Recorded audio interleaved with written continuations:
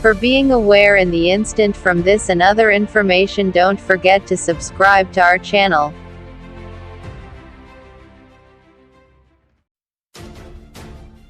Wikileaks co-founder Julian Assange tried to phone the White House to warn him unredacted files were about to be published online, a court has heard.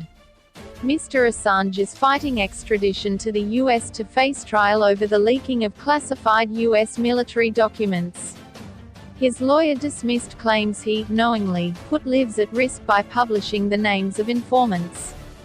He told Woolwich Crown Court that a book by the Guardian newspaper was to blame for the names being published. The claims came on the second day of the extradition hearing for Mr Assange, 48, who is accused of conspiring to hack into US military databases to acquire sensitive secret information, which was then published on the Wikileaks website. Mark Summers QC, representing Mr Assange, told the hearing in London that Wikileaks had begun redacting a tranche of 250,000 leaked cables in November 2010, working with media partners around the world as well as the US government.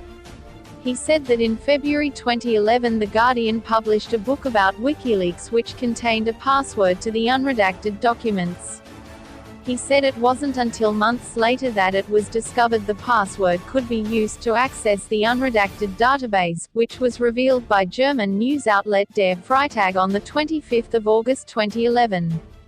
On that day, Mr Assange called the White House and asked to speak to then-Secretary of State Hillary Clinton, as a matter of urgency, over fears the documents were about to be dumped online, Mr Summers told the court.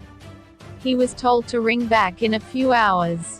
Mr Summers said Mr Assange had warned, "I don't understand why you're not seeing the urgency of this. Unless we do something, then people's lives are put at risk." Prosecutors argued on Monday that Mr Assange knowingly put hundreds of sources around the world at risk of torture and death by publishing the unredacted documents containing names or other identifying details. But Mr Summers told the court that the US extradition request boldly and brazenly misrepresented the facts. He said the US government, which was involved in the redaction process, knows what actually occurred, which was far from being a reckless, unredacted release. Mr Assange has been held in Belmarsh prison since last September ahead of his extradition hearing. He was originally jailed for 50 weeks in May 2019 for breaching his bail conditions after going into hiding in the Ecuadorian embassy in London for nearly 7 years. He sought asylum at the embassy to avoid extradition to Sweden on a rape allegation that he denied. That investigation was subsequently dropped.